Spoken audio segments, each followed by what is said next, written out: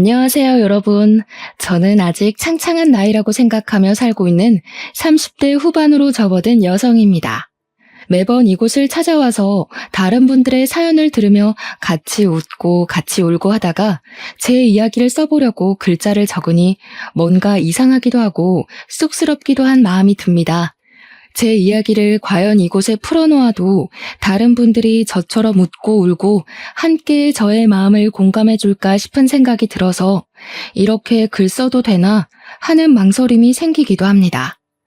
혹시나 제 이야기가 재미없으면 어떡하지 하는 고민이 드는 이 밤에 아무래도 답답한 속을 달래줄 수 있는 곳은 여기밖에 없다는 생각에 글을 적어 내려갑니다.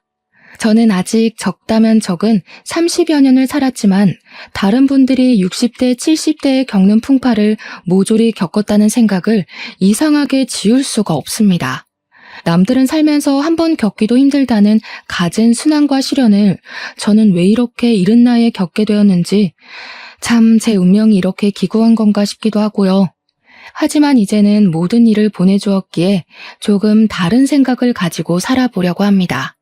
이른 나이에 겪게 되어서 남들보다 더 단단해진 제가 될 수 있었다고요. 이쯤 되면 얼마나 모진 일을 겪었기에 저런 소리를 할까 싶으시죠? 물론 기상천외한 놈들이 판치는 세상이라 제 이야기가 별거 아니게 느껴지실지도 모릅니다. 하지만 제 인생에서 이런 일은 두 번 다시 없을 것이며 다른 분들 인생에도 이런 일이 없길 바라며 제 사연을 한번 끄적 걸어봅니다. 지금부터 저와 함께 시작할 제 이야기를 끝까지 들어주시고 여러분들의 좋은 조언을 가슴에 새겨보도록 하겠습니다. 제가 오늘 들려드릴 이야기의 주인공은 사실 제가 아니라 저의 남편이라고 말을 해도 과언이 아닐 정도로 남편의 비중이 상당히 높습니다. 다른 분들도 남편을 남의 편이라 부르며 많은 이야기들을 하시던데 저의 남편은 참으로 특이한 점이 하나 있습니다. 그게 무엇이냐 하면 바로 제 남편이 아주 어마어마한 구두쇠 중에 구두쇠라는 점입니다. 동화책에서나 나오던 스크루지 아저씨 그 인간보다 더하면 더했지 덜하지 않은 사람이죠. 정말 저는 살면서 이렇게까지 돈을 아낄 수 있나? 사람이 이렇게 짠돌이일 수 있나 하는 마음을 매일같이 느끼면서 살았습니다. 왜 그런 남자와 결혼을 했냐 싶으시죠? 처음에 저는 남편의 근검절약하는 모습이 너무 검소해 보이고 신중해 보이고 이 사람이랑 살면 평생 돈 걱정은 안 해도 되겠구나 싶었습니다. 어떻게 보면 그 구두쇠 짠돌이 같은 모습이 제 마음을 움직이게 만든 결정적인 부분이기도 했던 것입니다. 저랑 남편은 제가 다니던 직장에서 만나게 되었는데 제가 일하던 곳이 주방용품, 그러니까 업소용 주방 가전, 가정용 주방 가전 같은 것을 파는 매장이었습니다. 그 매장에서 저는 일개 직원에 불과했지만 우리 남편은 그 커다란 매장을 운영하고 있는 사장님이었습니다. 매장이 꽤 큰 매장이기도 했고 물건을 파는 게 아무래도 가전 쪽이고 업소용이 훨씬 많다 보니까 매출 자체는 꽤 많은 그런 매장이었습니다. 원래 주방 가전이라는 게 여성들의 마음을 움직이게 하는 전자제품이다 보니까 구매를 하러 오시는 분들이 통 크게 주문을 하시곤 하셨거든요. 한마디로 남편은 현금을 꽤 만지는 사람이었습니다. 현금으로 사면 살짝 할인도 해드리고 수수료도 조금 빼주고 하고 있기 때문이었습니다.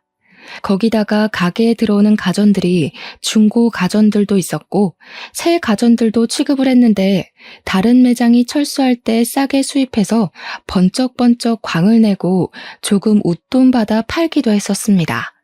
철수하는 매장에서 다량으로 물건들이 들어오게 되면 꽤 대박인 수준으로 물건 재판매가 되어서 돈을 굴리기엔 쏠쏠한 매장이었습니다.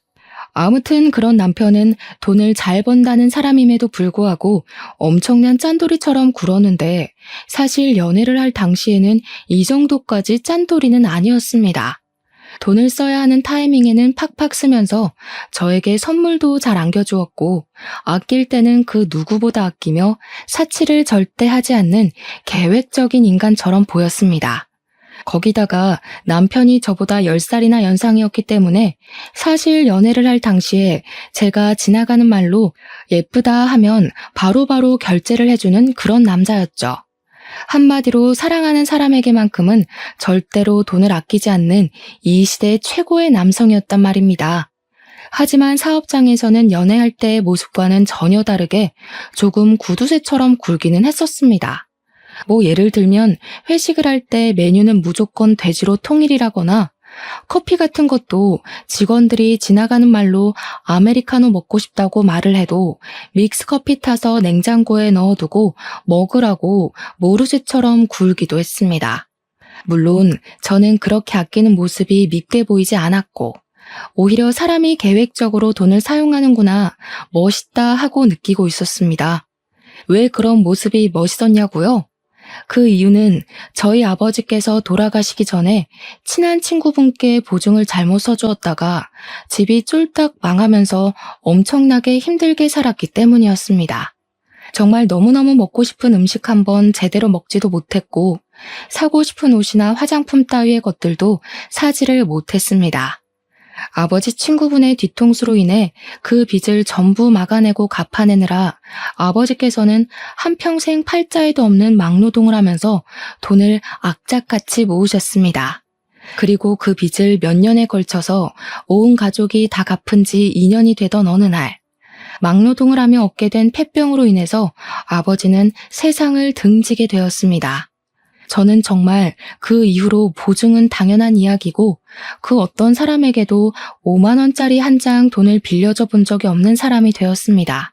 저도 돈이 생기면 무조건 저금을 하고 계획을 가지고 돈을 쓰는 사람이 되었던 것입니다. 저도 물론 남편을 만나기 전에 여러 연애를 하면서 살았는데 그때마다 남자친구들이 저에게 짠순이라며 저의 근검절약을 나쁘게 보는 사람들이 덜어 있었습니다. 그래서 저는 저처럼 절약하는 습관이 있는 남자를 만나고 싶다는 생각을 꾸준히 해왔었는데 완벽하게 제 남편이 제가 원하는 모습을 하고 있더라고요. 우리 남편은 정말 심각한 구두쇠지만 저에게만큼은 돈을 아끼지 않겠다고 하지 않았겠습니까? 그러니 제 눈에는 누구보다 1등 신랑감으로 보였던 겁니다. 우리 남편이 저보다 10살이 연상이었기 때문에 사실 얼굴이 좀 많이 늙어 보이기도 했고 몸매도 아저씨처럼 볼품이 없는 사람이긴 했습니다. 하지만 그 모든 단점이 우리 남편의 절약 정신으로 용서가 되었습니다. 저의 앞으로의 미래를 생각하면 편하게 살 수 있겠다 싶은 그런 남자요. 주방 가전을 다루고 있는 매장을 운영해서 그런 건지 주부들의 세심한 고충을 잘 이해하고 있는 내 남편이 얼마나 든든해 보였는지 상상이나 가실까요? 남편이 물건을 사러 온 주부들에게 입만 딱 열면 주부들이 그 언변에 살살 녹아서 물건을 구매해 가곤 했습니다. 이쯤에서 우리 남편의 자랑 아닌 자랑을 멈추고 이야기를 하자면 저는 남편에게 프로포즈를 받았고 결혼을 하기로 했습니다. 아버지가 돌아가신 이후에 쭉 혼자 살고 계시던 저희 어머니께서도 진심으로 기뻐해 주시면서 저의 결혼을 지지해 주셨습니다. 그런데 참으로 이상하게 말입니다. 도총각을 제가 구제해 주는 것이나 다름이 없음에도 우리 시모가 저를 별로 마음에 들어 하지 않는 게 아니겠습니까? 왜 그런 건지는 모르겠는데 대충 제 예상으로는 아들이 결혼을 한다고 하니까 본인에게 주는 용돈이 줄어들지는 않을까 걱정스러움에 결혼을 반대하는 것 같았습니다.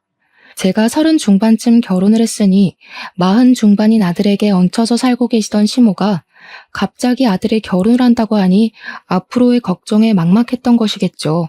남편이 그동안 시모를 완전히 모시고 살고 있었는데 남편 또한 저희 집처럼 일찌감치 시부를 떠나보내고 시모 혼자서 남편을 키운 한부모 가족이었기 때문이었습니다. 하지만 시모는 저희 어머니와는 조금 다르게 근검절약과는 거리가 있는 사람이었습니다. 이상하게 시모는 사치를 즐기시는 것 같더라고요. 시댁에 인사를 드리러 방문을 했는데 방 한 칸이 시모가 모은 명품백과 명품 옷들로 가득 차 있는 걸 보고 상당히 놀랐다고나 할까요? 오히려 젊은 저보다 명품 브랜드를 훨씬 많이 알고 매번 새로 나오는 신상품들도 줄줄이 꿰고 있었습니다. 시모의 탐탁지 않음을 견뎌내고 결혼식을 올리고 신혼생활이라는 것을 시작하게 되었는데 진짜 결혼한 지 한 일주일쯤 지났을까요? 황당한 일이 벌어지게 되었습니다. 갑자기 남편이 운영하던 매장에 세무조사가 들어오게 되었는데 남편이 보유한 현금과 주식에 대한 세금을 내야 한다고 신고를 받았다고 하더라고요. 누가 했는지 모르겠지만 남편이 그동안 뒤로 몰래 숨겨놓은 현금들이 꽤 있었고 세무조사가 들어오게 되면서 남편은 그 돈을 다시 옮겨놔야 했습니다. 남편은 세금을 줄이기 위해서 백방으로 발에 땀이 나게 돌아다니며 물어본 결과 보유하고 있는 주식들만 와이프에게 양도를 해도 세금이 줄어들 것이란 이야기를 듣게 되었습니다. 남편은 세금을 내는 돈이 세상에서 제일 아까운 돈이라고 하면서 저에게 주식을 양도해주겠다고 이야기를 했고 사실 저는 끼름칙해서 싫다고 했습니다. 남편은 줄기차게 부부간에 양도를 하는 것이라며 절대로 법적으로 문제될 일이 없으니 안심하라고 저에게 주식을 대거 옮겨두었습니다. 사실 저는 세금이라는 건 국민이라면 누구나 내야 하는 부분이고 이런 행동이 탈세라는 행동이라 생각을 하고 있었습니다.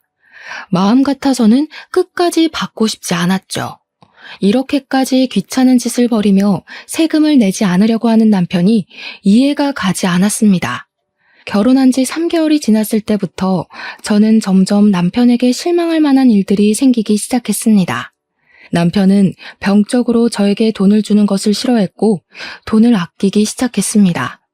어떤 일까지 있었냐 하면요.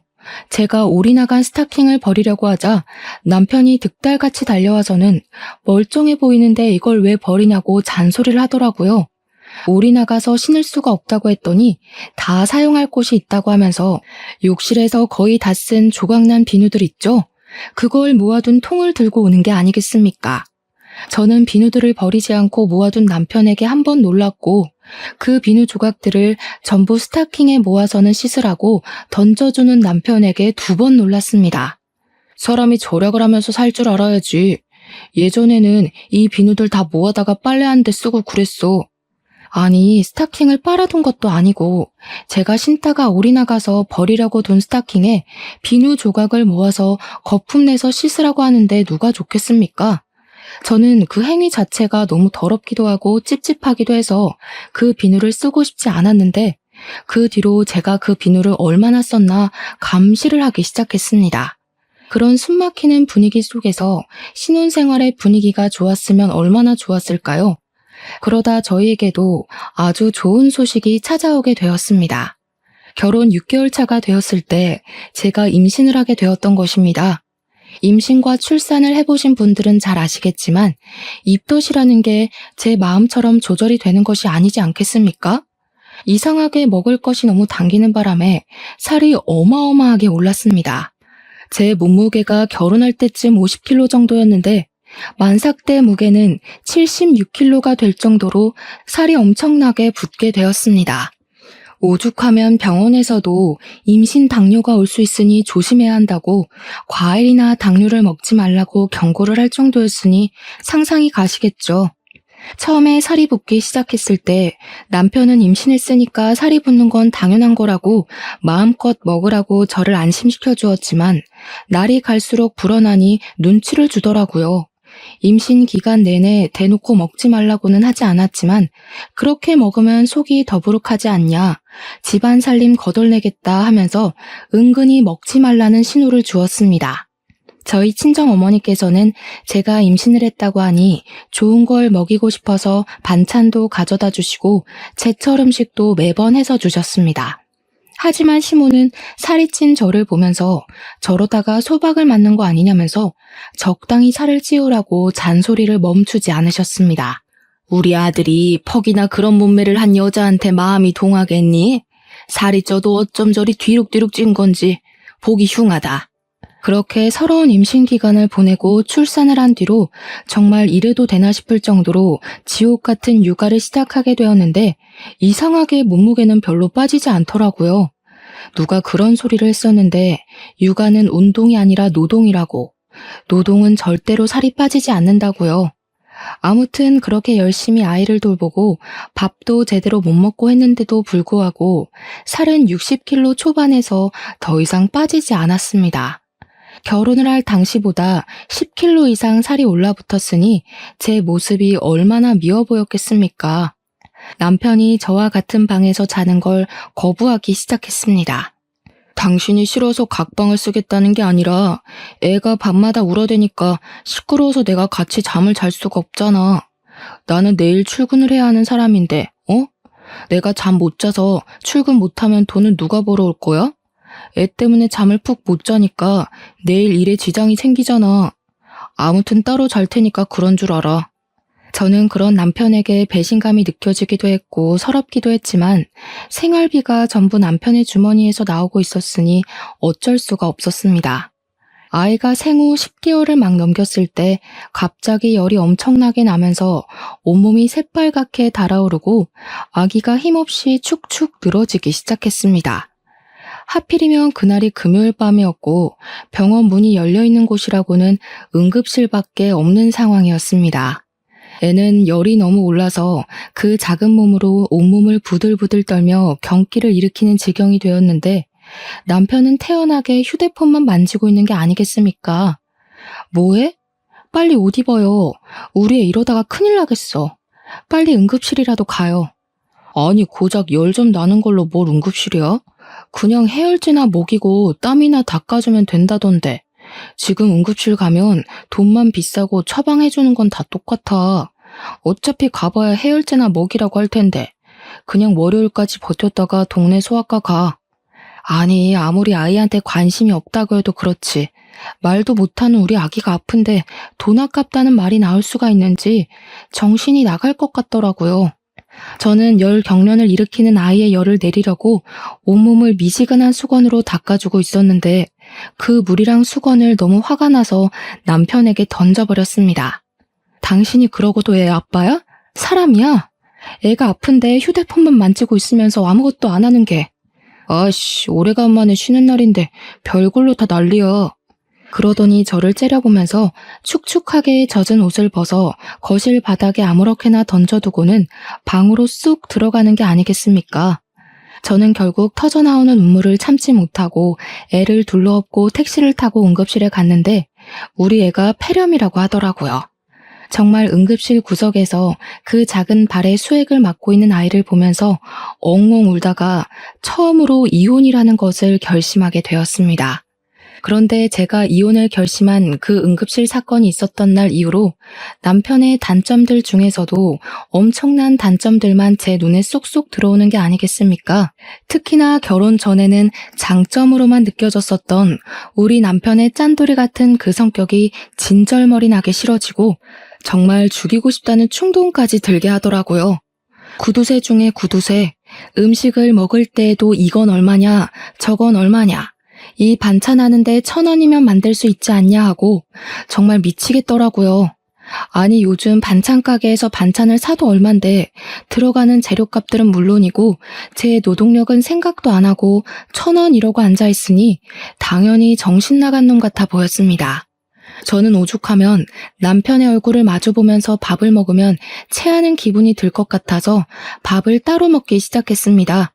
저는 애를 챙기느라 바쁜 와중에도 곧 다가올 돌날을 준비하기 위해 이리저리 발로 뛰며 돌잔치 장소도 알아보고 드레스 대여도 알아보고 있었습니다. 처음으로 맞이하는 생일이기도 하고 우리 아이만큼은 화려하게 첫 생일상을 차려주고 싶은 마음에 주위에도 돌잔치를 할 거라고 신나게 떠들고 다녔습니다.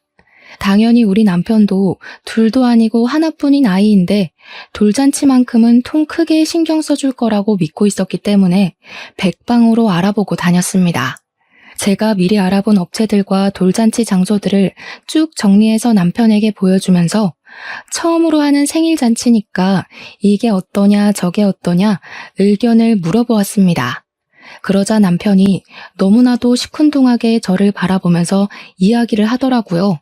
어차피 첫 생일 애도 기억 못하는 건데 그냥 대충대충 싸게 하자. 돌잔치 오는 손님들한테 금이나 받고 현금이나 챙기는 거지. 누가 요즘 돌잔치에 이렇게 비싼 돈을 태워? 그중에 제일 싼데 아무거나 해 그냥.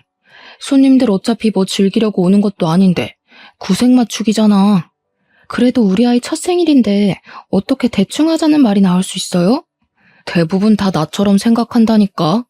오는 게 있으면 가는 것도 있다. 딱 이 마인드로 참석하는 거야. 돈만 잘 챙기면 되니까 대충 싼 곳 잡고 뷔페도 저렴한 거 해. 남편은 그 뒤로 정말 아이의 돌잔치 계획에 단 한 줄의 의견도 첨가하지 않았고 저는 서운한 마음을 가득 안고 여러 업체를 알아보고 결정을 내렸습니다. 남편에게 이 정도 돈이 들어갈 것 같다고 말을 하니까 뭐가 그렇게 비싸냐고 더 싼 곳으로 알아보라고 저에게 핀잔을 주는 것이 아니겠습니까? 뭐만 하면 돈돈거리니까 저도 서운하고 기분이 나빠서 친구들을 만나 수다라도 떨고 와야겠다는 생각이 들더라고요. 그런데 남편이 정말 생활비로 주는 현금이 엄청나게 적기도 했고 카드를 쓰면 카드 내역이 전부 남편에게 문자로 전송이 되고 있었습니다. 밥 한 끼 밖에 나가서 사 먹는 일이 쉽지 않았다는 이야기죠. 그래서 창피하긴 했지만 남편에게 친구들을 만나러 나가게 현금을 조금 달라고 했습니다. 내가 준 생활비는 다 어디에다 쓰고 돈을 달라고 그래? 그렇게 사람이 계획 없이 살 거야?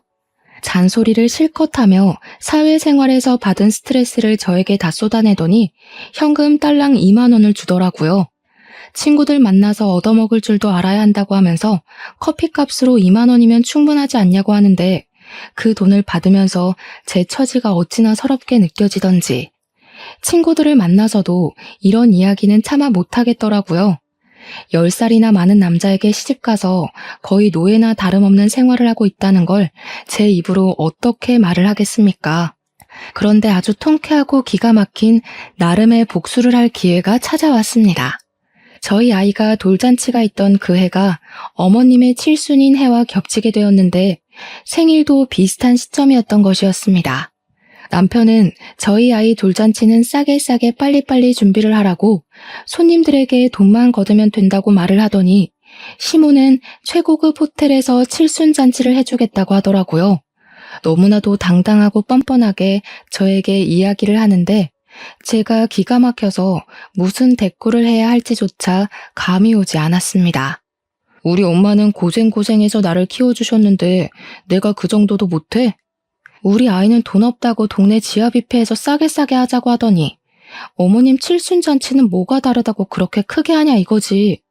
너 진짜 생각이 못됐어. 칠순이랑 돌이 같냐? 우리의 칠순 때는 호텔에서 하겠지. 그걸 지금 말이라고 하는 거야? 우리의 첫 생일인데 칠순이랑 다를 게 뭐야? 야, 너는 우리 엄마가 앞으로 살면 얼마나 더 산다고 그걸 질투하고 그래? 됐고, 그렇게 결정했으니까 앞으로 토달지 마. 남편이 질투라는 단어를 꺼내는데 얼마나 어이가 없던지, 이걸 질투라는 단어로 포장할 수 있는 문제인지 모르겠더라고요. 저는 그 뒤로 이를 갈면서 어떻게든 남편에게 통쾌한 복수를 하겠다고 생각했고 짜증을 꾹꾹 삼키고 어머님의 칠순잔치 식순에 아주 특별한 순서를 넣기로 결심했습니다. 그것은 바로 우리 아이의 돌잔치 식순을 어머님 칠순잔치 중에 끼워 넣기로 결정을 내린 것이었습니다. 남편이 호텔에 예약을 하기 무섭게 호텔 측에 따로 이야기를 해서 칠순잔치와 돌잔치를 같이 넣기로 결정을 내렸고 돌잡이와 돌상도 모두 준비를 마쳤습니다. 그리고 제 친구들이며 지인들에게 일일이 연락을 돌려서 그 잔치 자리에 초대를 했고 어머님 칠순잔치 겸 돌잔치를 제 손으로 모두 준비하기 시작했습니다. 남편에게 제가 칠순잔치 준비를 할 테니 걱정하지 말고 있으라고 이야기를 했더니 내심 좋아하면서 아예 신경도 쓰지 않더라고요. 단순한 사람이라 이럴 때는 참 편했습니다.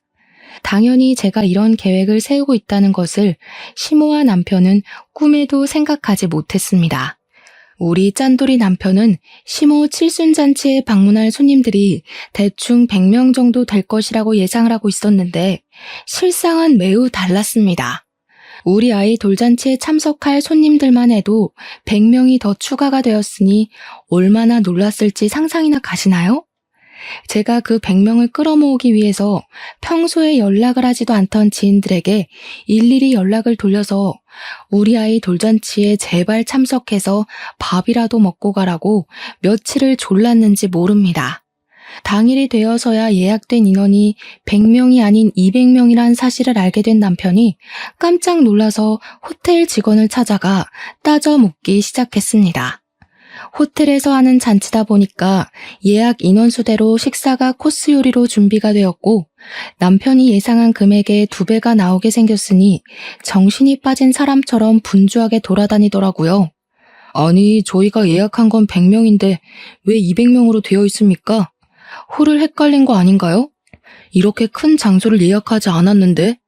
지난번에 손님 200분으로 변경하신다고 전화 받았었는데요.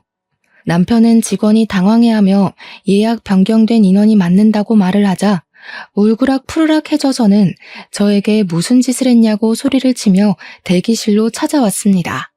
그런데 제가 이미 드레스로 갈아입은 상태였고 저희 아이도 돌잔치 드레스를 입고 있으니 남편이 입을 떡 벌리면서 뒤이어 말을 못하더라고요. 저는 남편에게 아주 태연하게 턱시도를 건네면서 어서 갈아입으라고 했고 남편은 손에 들린 옷을 보면서도 이게 무슨 일인가 의아해했습니다. 한복까지 곱게 빌려 입고는 칠순잔치 한다고 아침부터 신나서 미용실에 가서 화장까지 받고 온 시모는 저와 아이의 모습을 보고 당황해하더라고요. 당연히 본인이 주인공인 줄 알았는데 더 화려한 모습으로 나타난 며느리와 손녀를 보고 입이 떡 벌리신 거죠. 그 모습이 어찌나 통쾌하고 쌤통이던지 마음 같아서는 제자리 뛰기라도 하면서 만세를 부르고 싶었습니다. 어차피 당신이 돈을 아끼라고 했으니까 어머님 칠순잔치 때 우리 아이 돌잔치도 하면 되겠다 하고 생각했지. 당신도 얼른 옷 갈아입고 와. 남편이 어이없다는 듯 헛기침을 했지만 이미 일은 다 벌어진 뒤고 손님들도 하나둘 자리를 잡고 있는데 무슨 뾰족한 수가 있겠습니까? 처음에는 시모 칠순 잔치대로 식순을 했는데 시모는 이미 뒤이어 돌잔치가 시작된다는 것을 알고 있었기에 마음 놓고 기뻐하지도 못하고 인상만 뚱하게 쓰고 있더라고요. 시모 친구들은 아무것도 모르고 있다가 사회자가 이제 2부 식순으로 우리 아이의 돌잔치를 시작하겠다고 하니 다들 벙쪄서는 시모만 쳐다보았습니다. 시모는 그 자리에서 화를 내지도 못하고 불편한 한숨만 꾹꾹 삼키시더라고요.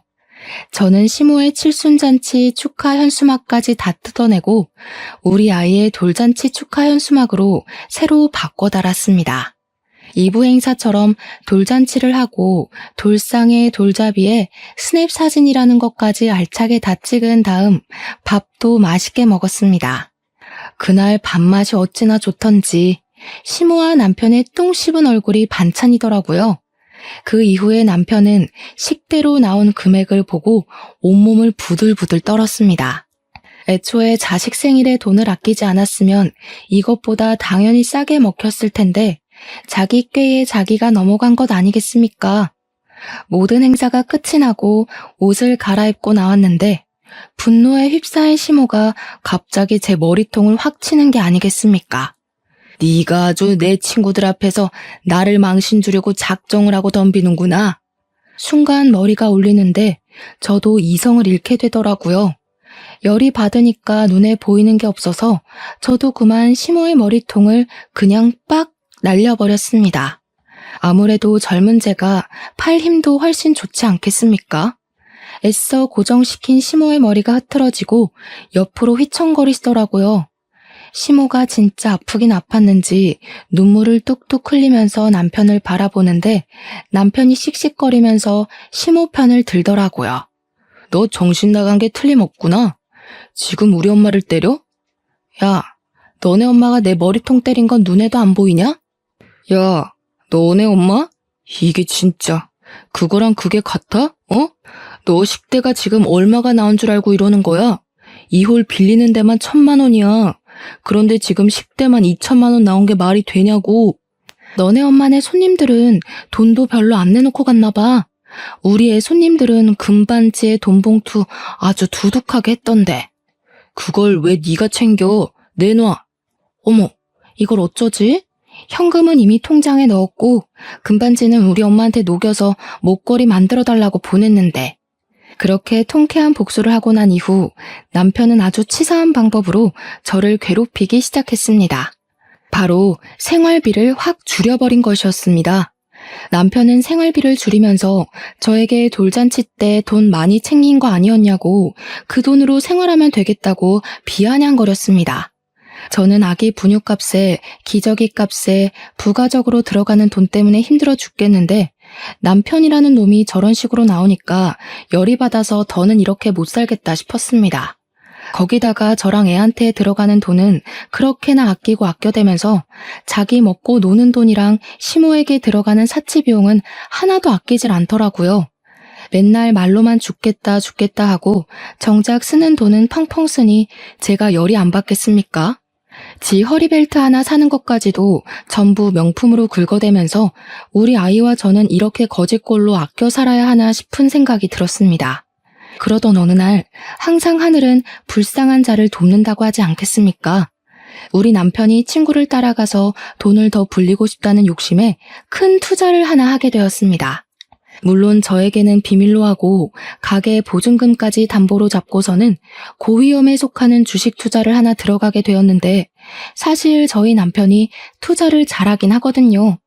엄청나게 좋은 주식이라는 말에 큰돈 한번 당겨보자는 심산으로 친구 따라 알아보지도 않고 아무 주식이나 들어갔다가 휴지 조각으로 변해버리고 만 것입니다. 있는 돈으로만 투자를 했으면 돈 잃고 마는 것인데 가게에 보증금까지 걸어뒀으니 남편 발등에 불똥이 튀기 시작한 거죠.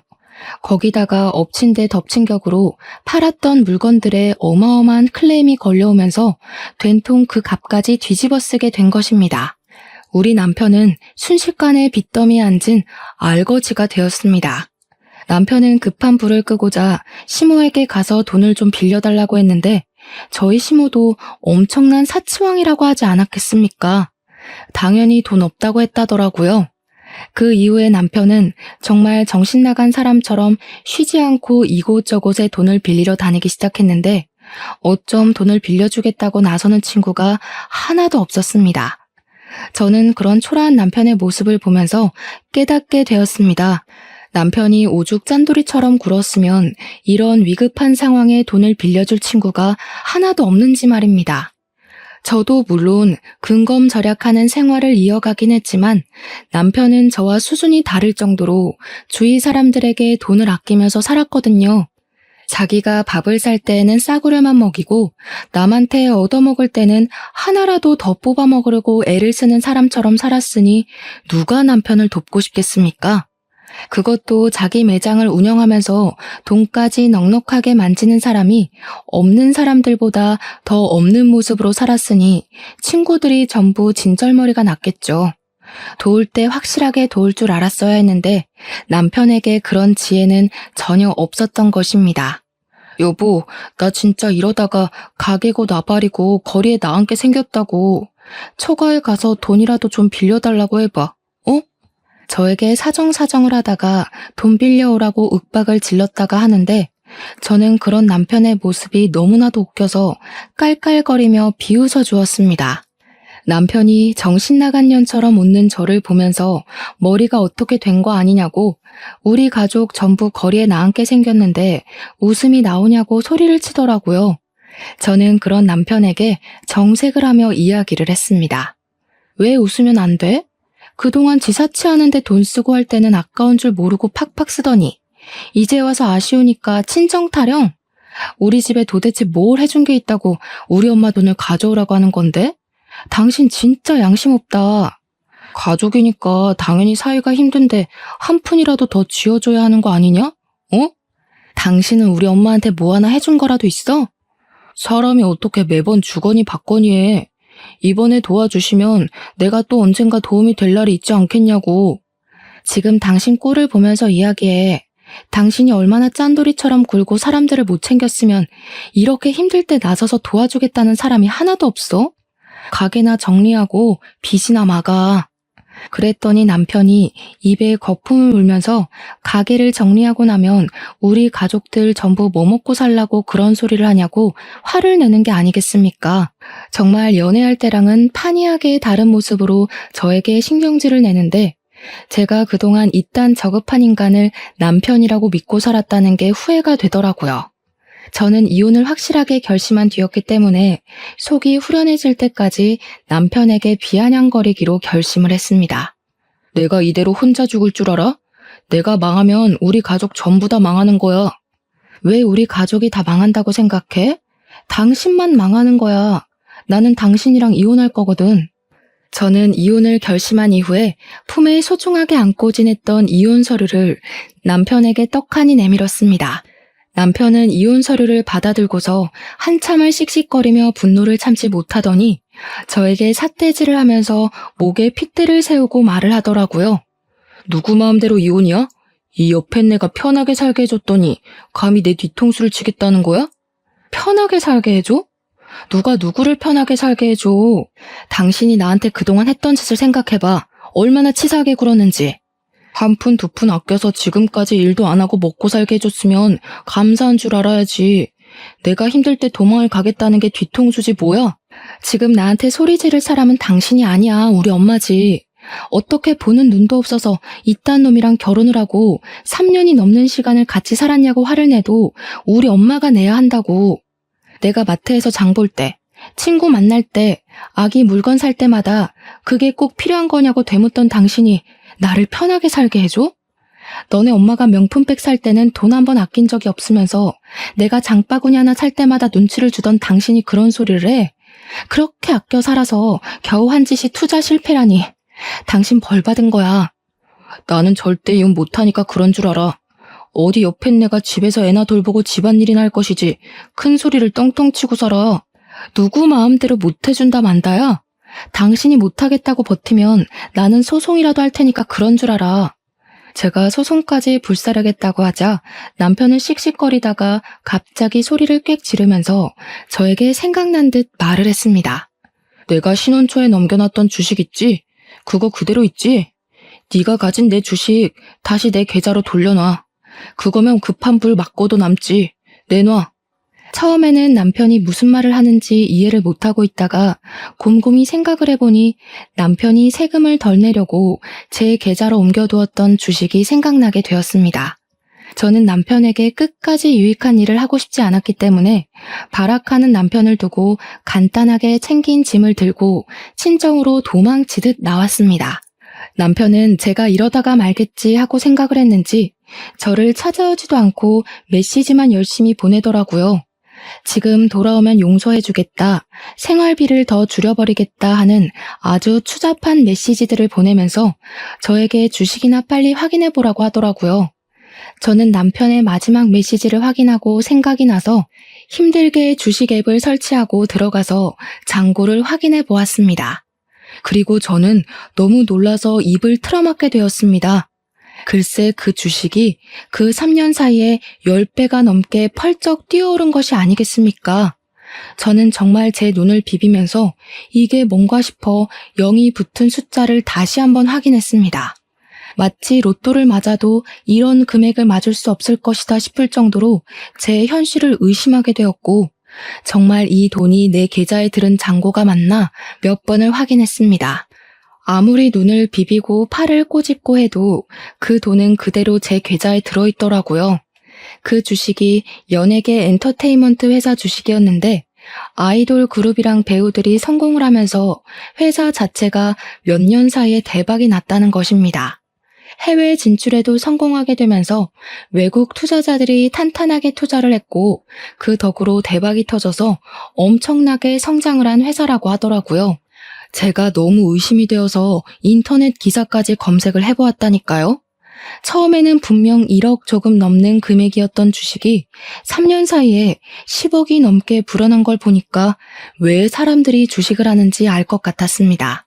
남편은 저에게 확인을 해보았냐고 당장 돌려달라고 말을 하는데 제가 그 돈을 왜 돌려주어야 하는지 모르겠더라고요.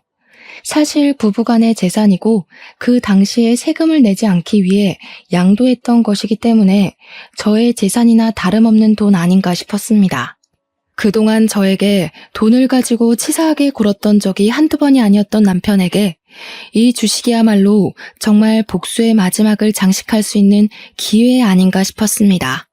저도 갑질을 하기로 마음을 먹고 변호사를 찾아가서 시집살이 당했던 것, 남편이 생활비로 치사하게 군 것, 마지막으로 양도받은 주식 이야기까지 모조리 털어놓았습니다. 변호사는 저에게 세금을 피하기 위한 불법적인 수법으로 양도를 했기에 이 주식을 굳이 돌려주지 않아도 된다고 말을 하더라고요.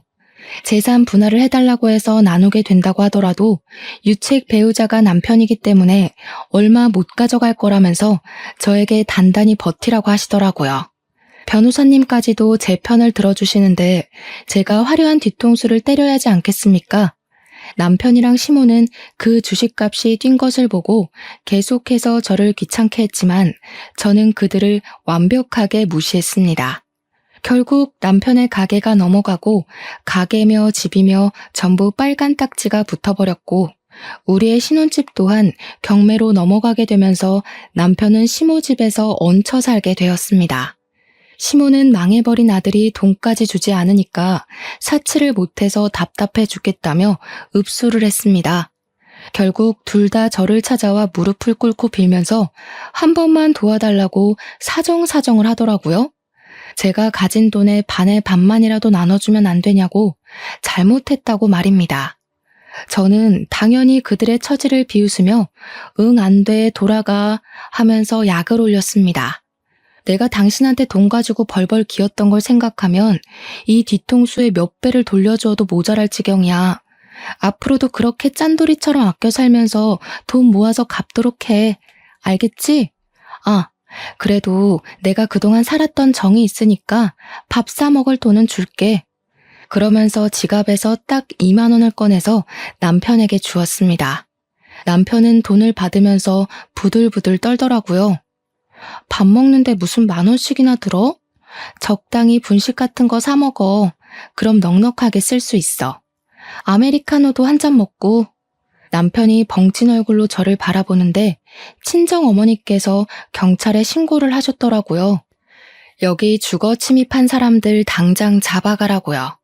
경찰이 와서 시모와 남편을 잡아 끌고 가는데 끝까지 시모는 발악을 하고 남편은 망연자실한 얼굴로 아무 소리도 못하고 질질 끌려나갔습니다. 결국 남편이랑은 7개월의 소송 끝에 이혼을 하게 되었고 재산 분할해주라는 결과가 나오긴 했는데 주식의 10%만 주면 된다고 하더라고요. 쿨하게 딱 1억 송금해주고 끝냈습니다. 저는 남편 덕에 공짜로 얻은 돈으로 우리 아기를 잘 키우면서 행복하게 살고 있어요. 거의 9억이 넘는 돈이 생긴 덕분에 지금은 친정어머니와 함께 여유 있는 생활을 즐기는 중입니다. 해외까지는 아니지만 국내 여행도 자주 다니고 있고 우리 아이를 위해 부족함 없이 지내고 있어 몸도 마음도 건강해지고 있답니다. 여러분께서 큰 결정을 내릴 때 저의 이야기가 도움이 되길 바라면서 오늘 저의 사연은 여기서 마치도록 하겠습니다. 감사합니다.